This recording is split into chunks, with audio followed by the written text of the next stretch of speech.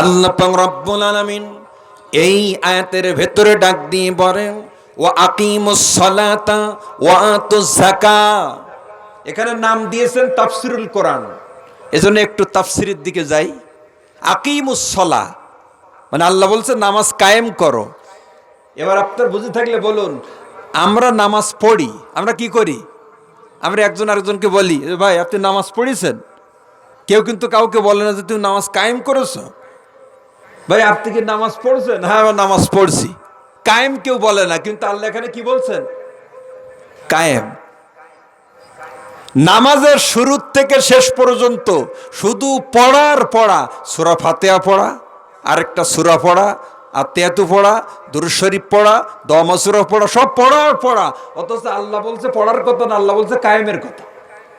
ওই কারণ আছে না নেই ভাই? প্রিয় বন্ধুগণ, আল্লাহ পাক বলেন ওয়া আকিমুস সালাতা ওয়া আতুস যাকাত ওয়ারকাউ মা'আর রাকিঈন। ওয়া আতুজ যাকাত, আর যাকাত দাও। আগে বলছে নামাজ কায়েম করো, এরপরে বলছে যাকাত প্রদান করো, আর লাস্টের অংশে বলছে ওয়ারকাউ মা'আর রাকিঈন, রুকুকারীদের সাথে রুকু আদায় করো। তবে কথা এখানে তিনটা, জোরে কোন কয়টা? তিনটা। এক নম্বর নামাজ, দুই নম্বর যাকাত, তিন নম্বর রুকুকারীদের সাথে রুকু করো। এবার এক এক করে ব্যাখ্যা নেন। কায়েম কার বলে ভাই? কায়েম শব্দের অনেক ব্যাখ্যা, আমি দুইটা ব্যাখ্যা করি, সময় কম তো। এক নম্বর ব্যাখ্যা তাফসিরে জালালাইন শরীফ, আরবিতে লেখা। নাম কি বললাম ভাই? তাফসিরে জালালাইন শরীফ, আরবিতে লেখা। এর প্রথম খণ্ডের ভেতরে আপনারা দেখবেন সুন্দরভাবে আল্লামা জালালউদ্দিন সুয়ুতী রহমাতুল্লাহ আলাইহি তিনি লিখছেন আকিমুস সালাহ আই ইয়াতুনা বিহা বিহুকুকিহা। যেহেতু আরবিতে লেখা তো এই জন্য আমি আরবিতে বলছি, বাংলা একটু পরে বলতেছি।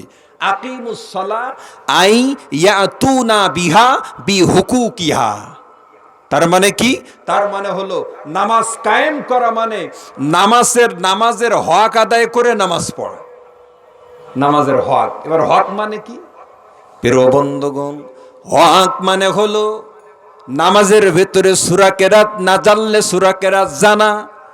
নামাজের হক হলো তাসবিহ তাহলিল, রুকু সিজদার, দুরূদ শরীফ, দোয়া সূরা, অর্থাৎ নামাজের ভেতরে যাহা কিছু প্রয়োজন সবগুলো ঠিকভাবে আদায় করে নামাজ পড়ার নাম হলো নামাজ কায়েম করা। ৮২ জায়গায় আল্লাহ কোরআনে বলছে নামাজ কায়েম করো, নামাজ কায়েম করো। জোরে বলেন কত জায়গায়? ৮২ জায়গায়। তবে কত বড় ইবাদত, অথচ বহুত মানুষ আছে বলে হুজুর আমি নামাজ পড়ি না, তাই কি ঈমান কিন্তু ঠিক আছে। এরকম লোক আছে না রে ভাই? নামাজ পড়ে না, ওনার নাকি ঈমান ঠিক আছে। ওনার কি দিয়ে বুঝাবেন আপনি বলেন। প্রিয় বন্ধুগণ, এবার সামনের দিকে চলুন। আল্লাহ পাক ২ নম্বর যে ব্যাখ্যা নামাজ কায়েম করার, এই ব্যাখ্যা হলো ব্যাখ্যাবিদগণ লেখেন নামাজ কায়েম করা মানে একা একা কিন্তু নামাজ কায়েম করা যায় না। সমাজের সমস্ত রাষ্ট্রের সমস্ত মানুষ যাতে নামাজি হয়ে যায়, এই চেষ্টা করার নাম হলো নামাজ কায়েম করা। একা একা কায়েম করা যায় না। আমি হাফিজুর রহমান সুন্দরবনী একা একা ইবাদত করে জান্নাতে যাব, কাউকে দাওয়াত দিলাম না। জান্নাত কিন্তু নানির বাড়ির ডাইল না।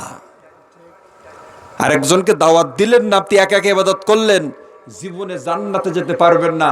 আপনি যে আমলগুলো করতেছেন আরেকজনকে অবশ্যই সে আমলের দাওয়াত দিতে হবে। প্রিয় বন্ধুগণ, আল্লাহ পাক রব্বুল আলামিন এই জন্য এক জায়গায় নয়, ২ জায়গায় নয়, ৮২ জায়গায় নামাজ কায়েম করার কথা আমার আল্লাহ উল্লেখ করেছেন। এটা গেল ১ নম্বর। দ্বিতীয় নম্বর আল্লাহ বলছেন ওয়াতুজ যাকাত, যাকাত আদায় করো, যাকাত দাও। এ যাকাত দেওয়ার কথা ৩২ জায়গায় এসেছে কোরআনে। কয় জায়গায় ভাই? আরো জোরে বলেন। অথচ মানুষজন, এমন কোটিপতি মানুষ রয়েছে জাকাত দেয় না, জাকাত দেয় না, জাকাত দেয় না। এই জন্য তো সময় মতো বৃষ্টি নেই, আর বৃষ্টি যখন প্রয়োজন না তখন বৃষ্টি। কথা ঠিক কিনা ভাই? এগুলো সব গজব। এগুলো কি ভাই? গজব। এই জন্য নামাজ কায়েম করবেন, জাকাত দিবেন। এবার লাস্টে আল্লাহ কি বলছেন? ওয়ারকাউ মা'আর রাকিন, রুকুকারীদের সাথে রুকু আদায় করো। এ কথা কে বলছেন ভাই? আল্লাহ বলছে রুকুকারীদের সাথে রুকু আদায় করো। এবার আপনারা বলেন রুকুকারী কোথায় থাকে?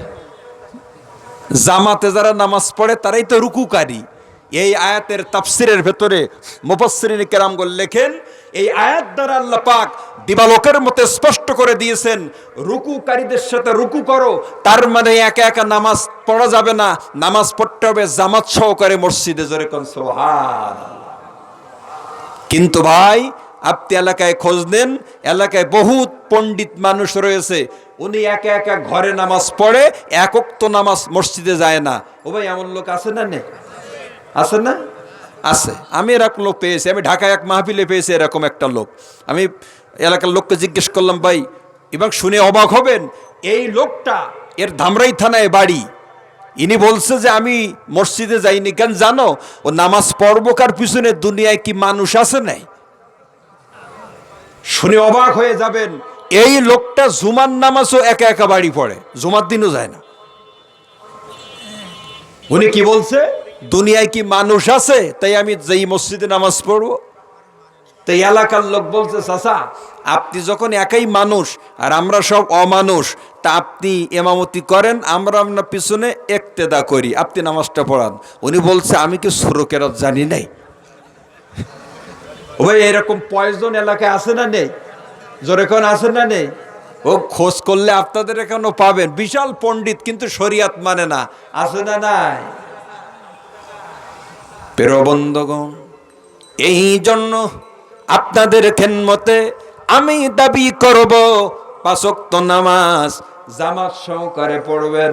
আল্লাহ পাক জামাতের ভেতর থেকে একজন মুসল্লির নামাজ যদি আল্লাহ কবুল করে, তার মুখের দিকে তাকায়া আল্লাহ প্রত্যেকটা মুসল্লির নামাজ কিন্তু আল্লাহ কবুল করে নেবে।